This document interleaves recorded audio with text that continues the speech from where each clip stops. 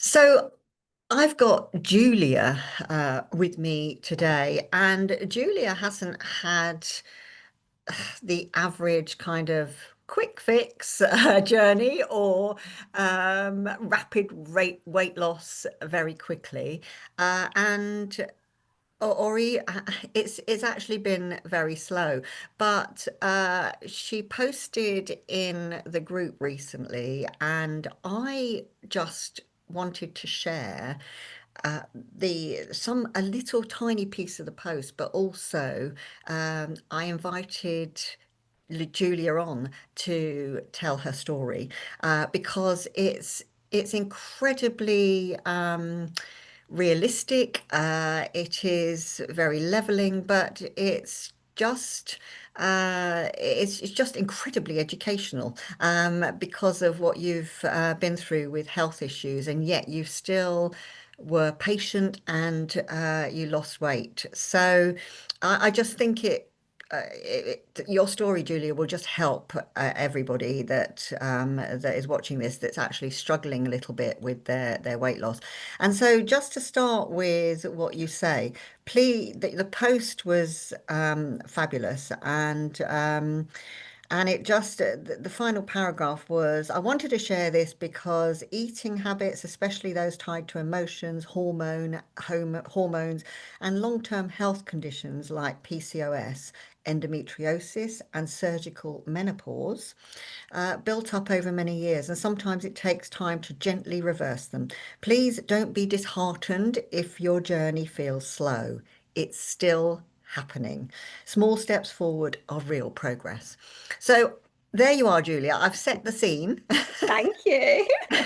And I just wanted you now to explain a little bit about the background, and then, the whole insulin resistance stuff, and how you've kind of got to where you are now, because you've lost well over a stone now. Yeah, that's right. Stone and £5 to date. So I've hit where I want to be. So that's amazing. Fantastic. So, yeah, do tell us how that journey kind of unfolded. Okay, so my journey with Slimpod started in 2023 at the end in December. And I was struggling with menopause predominantly. As you said, I've come from a place of long-term chronic illness, which was a bit difficult. So I've lived with endometriosis since I was a teenager. I got diagnosed late in my 20s, and like so many women, who I'm sure there's many within the Slim Pod who will also relate to this. There's 1 in 10 women in the UK have endometriosis, and it takes a very long time to be diagnosed, and many of us don't even get diagnosed. And yeah, that was very difficult. So for a long time, my life was quite sedentary because of pain and all the things we know. And then a few years after that, I also discovered I had PCOS, which is polycystic ovary syndrome, which is a bit of a misleading name for a condition because obviously the name is focused on the ovaries, but actually it's a disease of the pituitary gland. And the pituitary gland is very responsible for a lot of our hormones, including insulin. You find a lot of PCOS patients tend to be insulin resistant, like myself. I was very lucky. I was diagnosed with it, and I still see an endocrinologist that keeps me on the straight and narrow now. But the biggest revelation here was my insulin is broken, and you discussed this on the 12-week pod program, and it was like, oh my goodness, this is brilliant because I actually thought I was the only person in the world with this. Clearly, this is a thing. It's a thing. Like Sandra knows this and she's well educated in it. But sadly, lots of people aren't. And the bearing it has on your weight and sugar addiction is chronic, or it certainly was in my case. So I have always been a sugar monster. Sugar is my downfall. It is my Achilles heel. I would love it beyond anything else. It was there when I was sad. It was there when I was happy. It was there in the in-between days. But for me, sugar, as we've all learned in recent years, because we all have become more educated about the problems of refined sugar, is the more sugar you eat, particularly with insulin resistance, the more you want. And the damage it is causing is horrendous. So my symptoms started to manifest in urinary tract infections, and general fatigue, huge crashes, wherein I would literally shake, excuse me, by 3 o'clock in the afternoon, desperate for my next fix. And I eventually found out what it was. And I ended up going on metformin to help control that, which I'm now, thanks to Slimpod, actually reducing. So my amount of metformin I'm taking is halved. So that's amazing. But I will be really honest, I was very lost by the time I came to Slimpod, because through all of that journey, it resulted in surgical menopause for me. Total hysterectomy. I was 38 years old when I had that. And that was quite a lot to deal with emotionally. And I just found that my comfort eating for sugar then got worse. Because I was trying to find out who I now was. I'm balancing no estrogen, no progesterone, no testosterone. And when you have a hysterectomy, they say to you, right, you do understand that you are going to go straight into the menopause. And like, you're like, yeah, yeah, yeah, this is that. But you actually don't really have any bearing of how great that is and what it's going to do to your body.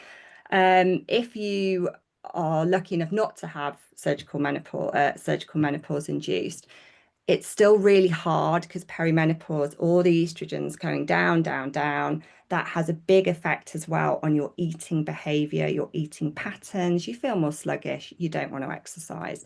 So I woke up one day and bam, here we are, we're in it. And it took them probably a year to balance my hormones successfully. So during that time, I was eating all the wrong stuff. I was tired. I didn't want to exercise.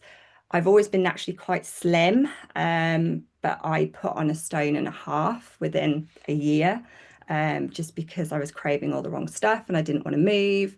And then I found Slimpod actually on a Facebook thing popped up, and I was like, oh, this is interesting. It's been NHS backed. This is clearly very different from all the usual stuff that we've seen. And I thought, I'm going to give this a go. I'm going to give this a go. It was, really reasonably priced. And I just thought, this is perfect. This is perfect. I can do this. So I started listening to the pods, and probably like a lot of ladies, I was thinking, this is going to be a quick fix. Like by osmosis, this is all going to go through my head. And in 12 weeks' time, I'm going to be back to like just under 10 stone. Yeah, brilliant. Fabulous. So that was me. And I did all the pod, listened to them all religiously, headband on at night, listening as well. And initially, I'm honestly going to say to you, I got to the end of it and things were just beginning to click, but just beginning to click. My subconscious has been like a naughty child. And that's how I can now relate to this, because my naughty child was like, well, that's lovely that you've just listened to that. But hang on, we've got a great relationship. Sugar, you, me, fun times, like we're great. So I'd have this devil that I was like, no, no, no, no. So I couldn't silence this devil. But things started to change very gradually. So I'd eat the sugary treat and then be like, didn't actually get the buzz off that like I normally did. So that was my first indication that there was something happening. But the scales were not really reflecting a lot. I'd lost probably 3 or 4 pounds. And yeah, there was a part of me that was like, oh. But then I was like, come on, Julia, you've got to really think about this. Like your body's been through so much in the last 2, 3 years. You've got a web of eating habits that have followed you from childhood. You know, I was the sort of girl that would wake up and go downstairs in the 80s and have like a glass of lemonade and three custard creams for breakfast. So, you know, it's a long love affair. It's going to take a long time, like a toxic boyfriend, to get rid of them. That's how I see it, you know? So I ended up, I kept listening, and gradually, after about 6 months, I'd say, I really noticed a difference. Like I was like, oh no, I don't really want the carbs as much. Like I don't want the cake. Just small things. I'm not saying I wouldn't have the cake, but I certainly wouldn't get the buzz from it, and I wouldn't require sugar every day like I used to. Um, but then the devil came back again 6 months later and said, all right then, well, okay, I accept the fact I'm going to have to let the sugar go, but why do you need to move? Why do you want to exercise? Like, you don't need to do that. Like, you know, you're happy sedentary, your muscles don't hurt as much. And this was this weird psychological thing that was going on in my head. Um, and I didn't want to move because I think I'd also got myself in a position where I was scared to exercise because since menopause, my joints have hurt more, but also I couldn't exercise much when my endo was bad. So I'd got myself into this loop of no, I'm not exercising. And then I started to listen to the Fit Pod of an evening, you know, about moving, and I specifically changed my tactic. And this is where, for me, the big weight loss started to happen. So we're 6 months in, but it's been slow, steady progress. But as soon as I started to listen every single night with that pod first about the exercise and moving, within 3 weeks, something went ding. And I was like, I'm going to start walking. I'm going to start with half an hour a day. I'm going to put my trainers on. I'm just going to walk around my village, flat path. And I was really proud of myself. I got a massive endorphin rush the first day I did it. And I was equally a bit terrified at how exhausted I was. And I'm quite a fit person because I do a lot of gardening. But I was like, oh my goodness, like what? I've just done a half an hour walk. This is ridiculous. But over a month, I built it up to an hour. And I now never, ever, ever miss my day's walk. It's my sanctuary. The headphones are on. I listen to audiobooks. And very quickly, within that hour, I was walking further and further, tacking on loops to keep up the hour. I was like, oh, okay, well, we've done that. We're now going to have to walk further. And I literally the pounds just started to come down. But the real key thing is what it also did to my sugar addiction. It literally, after a month with the exercise, went down to 10%. I just did not need the sugary fix. My appetite finally was lower. And it was like the whole jigsaw, this slow jigsaw that I've been putting together, came together. And that is basically it. Yeah, honestly, as you were saying about the jigsaw coming together, and that final bit with the exercise and the sugar, so things were just changing in your body. Yeah, massively, massively. And it was really interesting. It was the carb side for me because I literally now naturally a Mediterranean style diet, which is what I should eat because of my insulin anyway. But I naturally found myself going towards like the whole grains, going towards the salads, the fruits, where before I'd be like cheese, crackers, pickles, whatever, then followed by a very processed cake or something. So now that's just not my life, which is brilliant. But I do still enjoy a treat. And I remember in one of the pods I listened to of yours, and you know, and there was all the chat about moderation and you know, treats you should still really enjoy. And I thought, I'm never going to be that person. Like, how could I be that person? Like, I live for sugar and cakes. And you're completely right, because now I do feel that. And I'm going out on Sunday for a birthday celebration. And we will have a lovely roast meal and I will have a pudding and I will thoroughly enjoy it. And then that'll be that. And then Monday, I'll be back to my normal self. And I don't obsess about the sugar anymore. That's the thing, you know, it's like that noise is no longer there ever. And if I want it, I'm like, right, let's just have it because then I can silence you again. And it's like a couple of sweets versus the whole pack. So that's been amazing. So thank you for that. Oh, no, no, you're so welcome. You know, the whole food noise thing, I Mm, mean, that's now become a thing mm, because before it was a food obsession and people didn't mm. really talk about it. But now I think it's the weight loss medications and Yeah, the fact that, you know, that's all yeah, centered around silencing the food noise. But we've yeah, been doing it for 15 years, yeah, long exactly. before the jabs even Yeah, happened. yeah, correct. And so, tell me a little bit about that particular bit with your, you know, your battle with Yeah, sugar, probably the little devil on the shoulder. Tell me yeah. about all The that. devil, the devil. And you know what? I think as well, you have to be realistic about food noise and your relationship with food because, you know, it's a bit like I relate sugar addiction to being an alcoholic. You have a very toxic relationship with it. You love it and you hate it at the same time. That was me with my sugar noise that was constantly there. And I mean constantly. I would wake up in the morning and I would be instantly like, just want a Mars bar. And then I'd have lunch and then I'd crash at my desk and I'd be like, I want a biscuit. I was constantly not thinking about food, thinking about my next fix. And that noise was so loud. It was horrendous. And I think when you've got a sugar addiction or insulin challenges, you have to be aware of relapse. And that's something that actually Slimpod taught me. It's okay to fall off the wagon. We all fall off the wagon because we're human. And if we spent our life dieting, it would be incredibly miserable.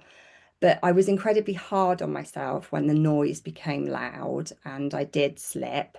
But what the pods have done for me is because I constantly listen to them every night. I go to sleep with them on. I wake up with my headband still on in the morning, knowing that all of that has sunk in and it's been brilliant. It quietens the noise down. And actually, I think the biggest thing I've had from this is learning to be kind to myself and patient because we are in a world of weight loss medication where it's quick, it's instant, it's gratification. Apparently, the noise does go. I've got friends on it, but my personal thing with this is when you stop taking the medication, what's going to happen? I'd imagine is the noise just going to come blaring back at you? It Where does. for me, the with Slimpod is I've learned to manage that side of it and also know when I'm slipping and just actually take my foot off the gas and say, this is okay. This is okay. You're on holiday. Let's not stress about this. It's 2 weeks. 2 weeks time, you can be back on it. So the devil can have his moments, but he's muted. He's no longer shouting. He's no longer shouting. I've got him on semi-mute, which is great. It is. It's just fabulous. And thank you so much, honestly, for coming and telling your story because it's one of the biggest problems that we see is kind of the whole patience thing and letting your body do its thing. And so just to wrap up, really. On the patients front, how we've had lots of people who have kind of you know, it's taken a while for them Yeah. to lose weight. How did that actually kind of reveal itself that you felt right, you know, I've just got to trust my body. Yeah, exactly. So obviously, you know, you do talk about that quite a lot and it will subconsciously start to happen. And I was like, "Oh, well, it doesn't seem to be happening. You know, why is it not happening to me in 12 weeks? Or why is it not happening to me even in 20 weeks? I think the key thing I'd say to any person on this journey is let's actually take a look at this from, you know, not a fantasy point, not a quick win, because we all know that it's not for the quick wins. That's why we're all here. But it's taken me, you, whoever else, years of eating habits to build up, quite often from childhood. So we've taken what, I don't know, in my case, 35 years of bad eating it's not going to just stop overnight. It's like, so hang on, why am I doing this to myself? Like, it doesn't matter if it takes me 18 months, which, let's be honest, door to door, it has been 15 months, but 15 months is a drop in the ocean from a lifetime of bad eating, purgatory, beating myself up.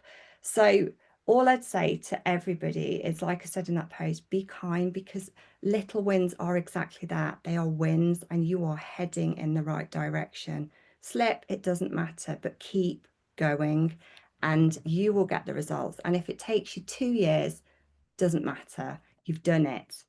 That's what I'd say.